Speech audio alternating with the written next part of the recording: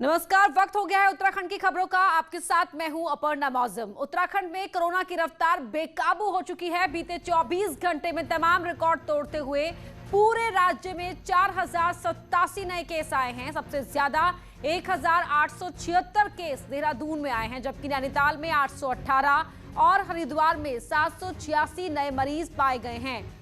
Corona से 24 घंटे में 34 मरीजों ने दम तोड़ दिया है। लगातार बढ़ रहे पॉजिटिव मामलों के बाद अब स्वास्थ्य विभाग के सामने भी चुनौतियां खड़ी होने लगी हैं। वहीं सीएम तीरथ सिंह रावत ने अधिकारियों को स्वास्थ्य सेवाओं में तेजी से सुधार लाने के निर्देश दिए हैं। साथ ही लोगों से भी सावधानी बरतने और धैर्य बनाए रखने की अपील की है। सीएम तीरथ सिंह रावत ने दावा किया है कि अस्पतालों में सभी इंतजाम पुख्ता किए गए हैं और हर किसी का जीवन बचाना सरकार की प्राथमिकता है। इस बीच सीएम ने देहरादून के रायपुर में मौजूद कोविड केयर सेंटर का जायजा लिया और जल्द से जल्द बेड बढ़ाने के निर्देश दिए। सीएम ने कोरोनेशन अस्पताल में जल्द ही कोविड सेंटर शुरू करने को कहा है।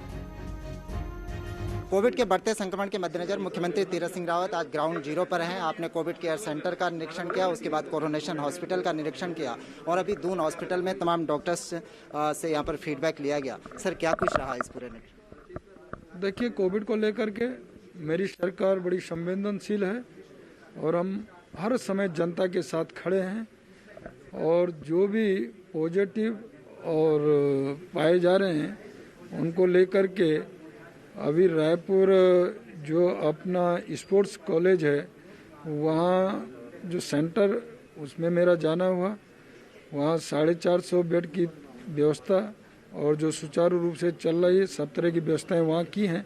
500 बेड और हम लोग बढ़ाने की बात की, शायद वो भी तत्काल तैयार होने जा रहा है, वो मैंने उसका निरीक्षण किया है। साथ ही यहाँ भी दून मेडिकल कॉलेज हॉस्पिटल में मेरा आना हुआ, यहाँ भी मैंने सीएमओ सारे जो यहाँ के नोडल अधिकारी हैं उनसे बातचीत की है और लगा कि सब तरह से यहाँ सुविधाएं उपलब्ध हैं, किसी प्रकार की कमी नहीं है, किसी प्रकार की कोई भी दिक्कत कठिनाई नहीं है। भारत सरकार के द्वारा सब चीज़ें हमें उपलब्ध हो रही हैं, उसको हम नीचे तक पहुंचाने का काम कर रहे हैं। ऑक्सीजन से लेकर वेंटिलेटर ये सब जगह डिस्ट्रिक्ट हॉस्पिटलों में और इवन मैंने कहा कि पीएससी और सीएससी में भी उपलब्ध हों, ये व्यवस्था दी है। सर, एक चिंताजनक बात यह है कि हमारा जो बैकलॉग है सैंपल का वो लगातार बढ़ता जा रहा है। कल 30,000 का बैकलॉग था, इससे किस तरह से निपटने का? देखिए, हमारे यहाँ टेस्टिंग भी बहुत तेज़ी से की है और मैंने कहा टेस्टिंग में किसी प्रकार कमी नहीं होनी चाहिए और साथ ही आपका हमारा बॉर्डर कई स्टेटों से ये स्टेट जुड़ा हुआ है, उधर हरियाणा, हिमाचल है, उत्तर प्रदेश का ये पश्चिमी भाग है, तो वहाँ से भी अधिकतर पेशेंट आना और वो भी यहाँ पर है, इसलिए देहरादून में थोड़ा ज़्यादा दिक्कत इस कारण है। लेकिन मानवीय आधार पे हम जो भी जिस भी स्टेट से आ रहा है उसको पूरी तरह यहाँ सुविधाएं दे रहे हैं और उसका इलाज कर रहे हैं। मुख्यमंत्री तीरथ सिंह रावत का साफ तौर पर कहना है कि कोविड का संक्रमण भले ही गहरा रहा हो, लेकिन पब्लिक को डरने और घबराने की जरूरत नहीं है। सरकार जो जरूरी इंतजामात हैं उनको कर रही है। कैमरा पर्सन दीपक उपाध्याय के साथ सुनील नौप्रभात, न्यूज़ 18 देहरादून। कोरोना के लगातार बढ़ते मामलों के बाद दून अस्पताल पर दबाव बढ़ गया है। मौजूदा वक्त में 400 बेड वाले इस अस्पताल में 410 मरीज एडमिट हैं। अस्पताल प्रबंधन के मुताबिक 100 से ज्यादा मरीज आईसीयू में हैं और 13 मरीज वेंटिलेटर पर हैं। डॉक्टर्स ने यह भी बताया कि ज्यादातर गंभीर मरीज सीधे दून अस्पताल ही आ रहे हैं, इसीलिए परेशानी ज्यादा बढ़ रही है। 400 बेड होने के बाद अभी हमारे पास 410 मरीज हैं।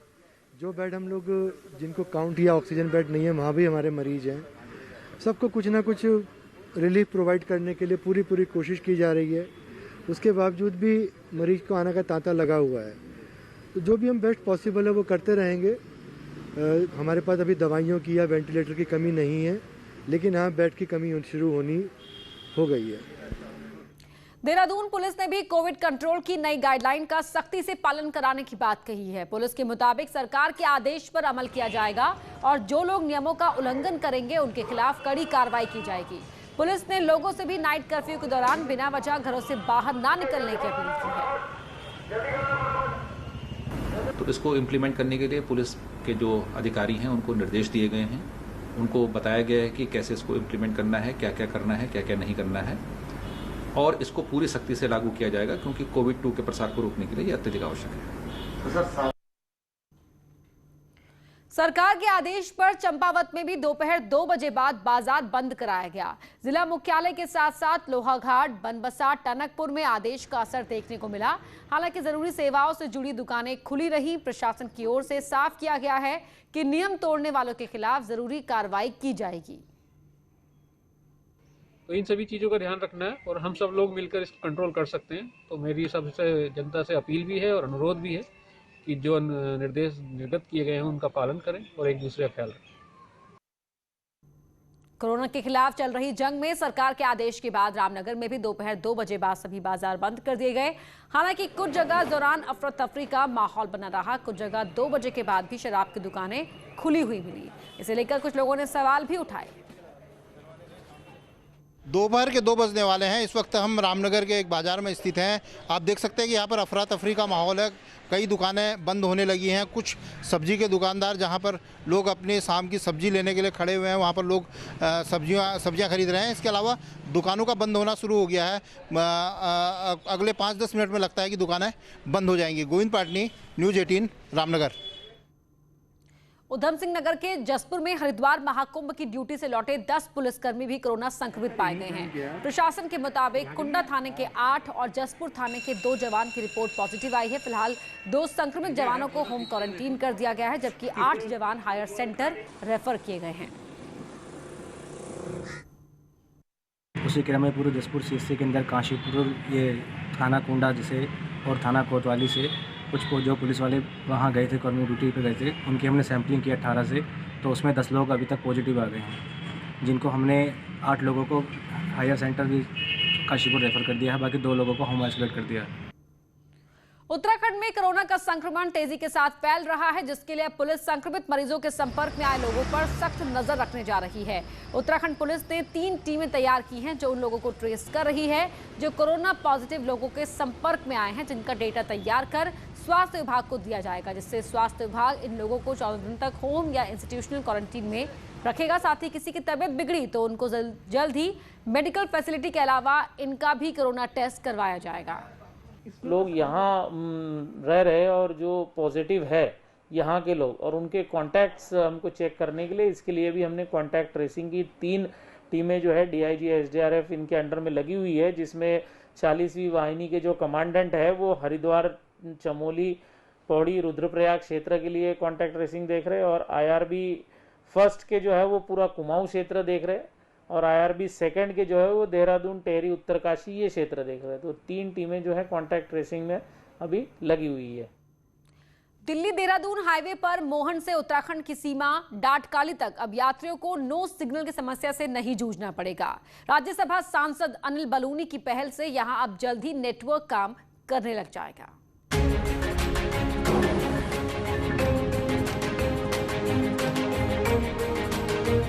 दिल्ली सहारनपुर देहरादून हाईवे यातायात के लिए आज से व्यस्त हाईवे में से एक है। इस हाईवे पर मोहंड वाले करीब 3 किलोमीटर हिस्से में मोबाइल कनेक्टिविटी 0 है, जिसके चलते इस पूरे पोर्शन में लोगों को दिक्कतों का सामना करना पड़ता है। रिजर्व फॉरेस्ट के बीच इस घुमावदार सड़क पर दुर्घटना या फिर गाड़ी खराब होने की स्थिति में लोगों की जान पर बन आती है। मोबाइल कनेक्टिविटी न होने के कारण समय पर लोगों तक मदद नहीं पहुंच पाती है। इससे यूपी पुलिस भी परेशान है तो स्थानीय लोग भी। मोहन से उत्तराखंड में जाने के लिए, यानी कि ये यूपी का छोटा गांव है, सबसे पहला गांव पड़ता है और यहीं पास में डाट मंदिर भी है। और यहाँ से जब लोग जाते हैं तो उन्हें नेटवर्क की समस्या का बहुत ज़्यादा सामना करना पड़ता है। यानी कि किसी भी किस्म की कोई सूचना देनी आती है तो उसमें कम्युनिकेशन गैप रह जाता है।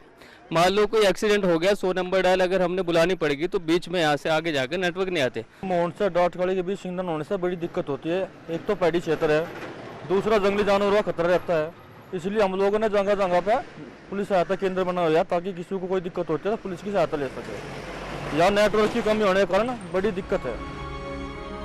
लेकिन अब लोगों को इस समस्या से निजात मिल जाएगी। राज्यसभा सांसद अनिल बलूनी की पहल पर केंद्रीय संचार मंत्री रविशंकर प्रसाद ने इस क्षेत्र में टावर लगाने का आश्वासन दिया है। टावर लगने तक वैकल्पिक व्यवस्था की भी बात कही गई है। हम मौजूद हैं दिल्ली देहरादून हाईवे पर मोहंड वाले हिस्से में। मोहंड से और उत्तराखंड की सीमा डाटकाली मंदिर तक करीब 13 किलोमीटर के इस पोर्शन में इस पूरे हाईवे पर कहीं भी नेटवर्क नहीं है। इसके चलते लोगों को बेहद दिक्कतों का सामना करना पड़ता है, क्योंकि आप देखेंगे कि हाईवे के एक और राजाजी टाइगर रिजर्व का डेंस फॉरेस्ट है, तो इसी हाईवे के दूसरे छोर पर उत्तर यूपी फॉरेस्ट डिवीजन का भी डेंस फॉरेस्ट मौजूद है। इस पूरे एरिया में नेटवर्किंग न होने के कारण, चूँकि इस हाईवे पर जो ट्रैफिक है वो बेहद हैवी ट्रैफिक है, लगातार इस पर ट्रैफिक बना रहता है, रात दिन ट्रैफिक बना रहता है। ये इस हाईवे पर कहीं कोई दुर्घटना होती है तो उसकी सूचना समय पर पुलिस प्रशासन को नहीं मिल पाती। बीते सालों में कई दुर्घटनाएं इस हाईवे के इस पोर्शन में हुई हैं, कई लोगों की मौतें हुई हैं, सिर्फ और सिर्फ इसलिए कि उन तक समय पर मदद नहीं पहुंच पाई। दूसरा खतरा यहाँ पर जंगली जानवरों का भी है कि यदि आप रात के समय, दिन दोपहर आपकी यहाँ पर कोई गाड़ी खड़ी होती है तो आपको समय पर मदद नहीं पहुँच पाती।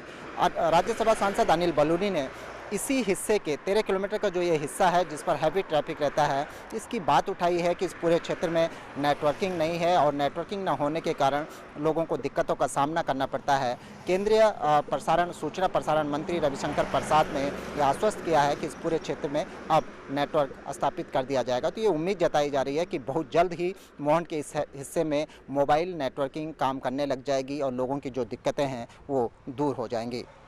देहरादून से सुनील नौपरवात, न्यूज़ 18। शिक्षा मंत्री रमेश पोखरियाल निशंक की बेटी आरुषि निशंक जल्द ही बॉलीवुड में एंट्री करने जा रही हैं।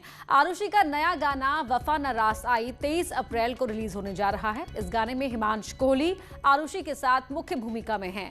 गाने को जुबिन नौटियाल ने गाया है, आशीष पांडा ने इसे डायरेक्ट किया है। गाने के पोस्टर में आरुषि पोखरियाल कश्मीरी ट्रेडिशनल आउटफिट में नजर आ रही हैं। पोस्टर के बैकग्राउंड में बर्फीली वादियां दिख रही हैं। इससे लग रहा है कि गाना कश्मीर की वादियों में शूट हुआ है।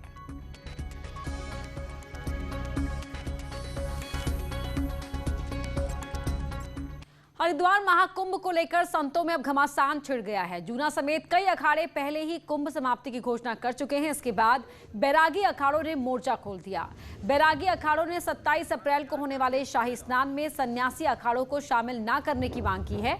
बैरागी अखाड़ों का आरोप है कि तय वक्त से पहले ही कुंभ का विसर्जन करने वालों को स्नान करने का कोई अधिकार नहीं है। जो विरोध करते थे और जो है जैसे कि जो है घोषणा किए थे कि हमारे कैंप जो है हमने उखाड़ लिया, हमारा कुंभ विसर्जन हो गया, तो इसके लिए जो है वो जाने के हकदार नहीं। यदि वो आते हैं तो क्या करेंगे, आप विरोध करेंगे? अब आते तो उनको सरकार रोक लगावेगी और जो है मैं आप लोगों के माध्यम से उनसे पूछूंगा कि कितनी बार जो है तुम लोग जो है बोलते हो, कितनी बार बदलते हो। हम मेला प्रशासन, मुख्यमंत्री और गृह मंत्री, हम सबसे यही आग्रह करेंगे कि अब उनको स्नान नहीं करने दिया जाए और केवल मात्र अब स्नान का अधिकार तीनों वैष्णव अनी अखाड़ों का एवं उदासी और निर्मल अखाड़े का अधिकार है। आज रामनवमी के मौके पर हरिद्वार महाकुंभ में श्रद्धालुओं की कमी देखी गई। दरअसल नारसन बॉर्डर पर RT-PCR रिपोर्ट के बिना किसी व्यक्ति को उत्तराखंड में एंट्री नहीं दी जा रही है। इससे बॉर्डर पर शांति दिख रही है। वहीं सेक्टर मजिस्ट्रेट का कहना है कोरोना को लेकर लोग काफी जागरूक हो गए हैं, इसलिए अब लोगों ने घरों से निकलना बंद कर दिया है। यही वजह है कि लोग कम संख्या में पहुंच रहे हैं। जन सामान्य के द्वारा ये बात संज्ञान में लाई जा रही है कि कोविड फैल रहा है और इसको सुरक्षा के लिए एक ही उपाय है कि भीड़ कम रखी जाए। तो शायद ये लोग जागरूकता के कारण ही लोग कम आ रहे हैं और इसीलिए वर्तमान में भीड़ कम दिखाई दे रही है। उत्तराखंड की खबरों में फिलहाल इतना ही। आगे देखिए महाबहस।